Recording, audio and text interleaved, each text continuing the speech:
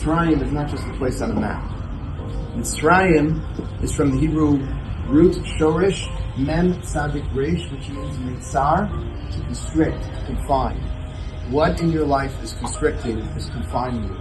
What's keeping you back? What's holding you back from being the best version of yourself? We're not supposed to just think back what happened thousands of years ago when our ancestors were constricted and finally they were brought out to open freedom. What is keeping us enslaved? And Allison's holding my phone. That's one thing I'll share. That keeps me a little enslaved. It just keeps me stuck in a place. I scroll late at night on Instagram. It's bad. I'm just telling you. It's not a good thing. What is it that you can try to break free of this Pesach? Okay. The other idea I want to share, and by the way, this is so important. My favorite movie, it's an oldie but goodie. And when you guys saw Shawshank Redemption. Anybody? Because that's a great film about someone who's in jail but free, and someone who gets out of jail but is still enslaved. Enslavement is in the mind. And the first chief rabbi of Israel, Kook, a great mystical thinker, said that the Torah enables us to live in accordance with our higher self. Because if you're only living in accordance with your lower self, then you're in slavery. You're in Egypt.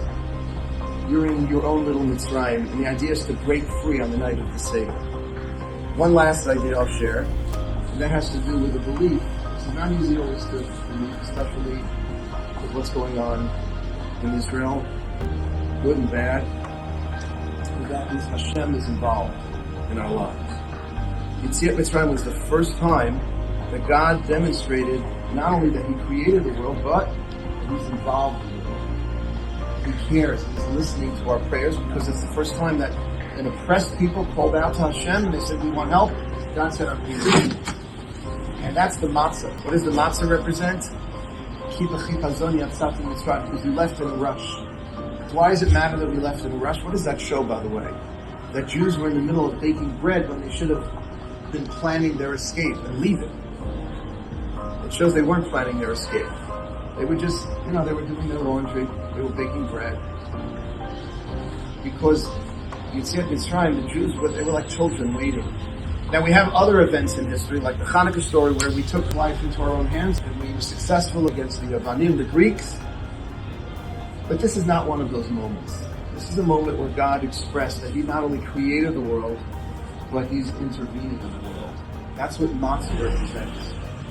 Chametz, that which we stay away from, try to get rid of chametz from our homes this week, is mamash the exact opposite. What's chametz? It's the same thing as matzah, except it's bloated. It's just filled with itself. It's just air. And that's the arrogance that sometimes we have, that there's no other force in this world, it's just me.